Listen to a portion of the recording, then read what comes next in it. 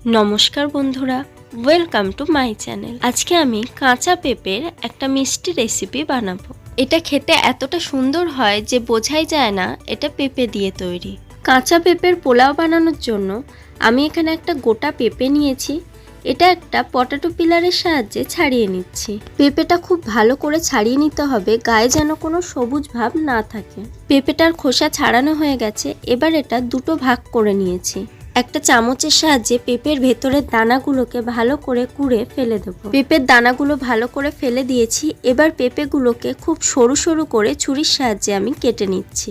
আমি ছুরি দিয়ে কাটছি, তোমরা চাইলে বটি দিয়েও কাটতে পারো, যেভাবে তোমাদের সুবিধা হয়। এরকম একটু লম্বা লম্বা করে পেঁপেটাকে কেটে নিতে হবে। এভাবে আমি পুরো পেঁপেটাই কেটে নেব। পুরো পেঁপেটা কাটা হয়ে গেছে। এবার পেঁপেটা খুব ভালো করে 3-4 বার জল পাল্টে পাল্টে কিন্তু ধুয়ে নিতে হবে। পেঁপেটা খুব ভালো করে ধুয়ে নিয়ে চলে এসেছি। এবার এর মধ্যে কিছুটা জল আর নুন দিয়ে ভালো করে মিশিয়ে নেব। নুনটা ভালো করে পুরো পেঁপের সাথে মিশিয়ে দিয়েছি। এবার এই পেঁপেটা গ্যাসে বসিয়ে 10 মিনিট মিডিয়াম ফ্লেমে ভাপিয়ে নেব। 10 মিনিট হয়ে গেছে, পেঁপেটা ভাপানো হয়ে গেছে। এবার এর জলটা একটা ফুটো বাটির সাহায্যে ছেঁকে নিচ্ছি। পেঁপের জলটা কিন্তু খুব ভালোভাবে ঝরিয়ে নিতে হবে। এবার কড়ায় 1 চামচ মতো সাদা তেল আর কিছুটা ঘি দিয়ে গরম করে নেব।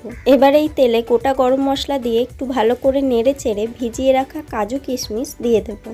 কাজু কিশমিশটা দিয়ে গ্যাসের ফ্লেম একদম লোতে রেখে ভালো করে কাজু কিশমিশটা ভেজে নিতে হবে। দেখো, কাজু আর কিশমিশটা হালকা একটু লাল লাল হয়ে গেছে। এই সময় জল ঝরানো পেঁপেটা দিয়ে দেবো। এবার পেঁপেটা ভালো করে ভেজে নেব, গ্যাসের ফ্লেম মিডিয়াম টু লোতে রেখে। ভাজতে ভাজতে দেখবে পেঁপেটা অনেকটা সেদ্ধ হয়ে এসছে আর পেঁপের পরিমাণটা আগের থেকে কিছুটা কমে গেছে। এবার এর মধ্যে 2 চামচ চিনি দিয়ে ভালো করে পেঁপের সাথে মিশিয়ে দিয়ে ঢাকা দিয়ে 10 মিনিট মতো লো আঁচে রান্না করে নেব। 10 মিনিট হয়ে গেছে। এখন দেখো, চিনিটা খুব ভালো মতো গলে গেছে আর পেঁপের পোলাওটা কিন্তু একদম রেডি হয়ে গেছে। এবার পোলাওটা আমি একটা প্লেটে বেড়ে নেব।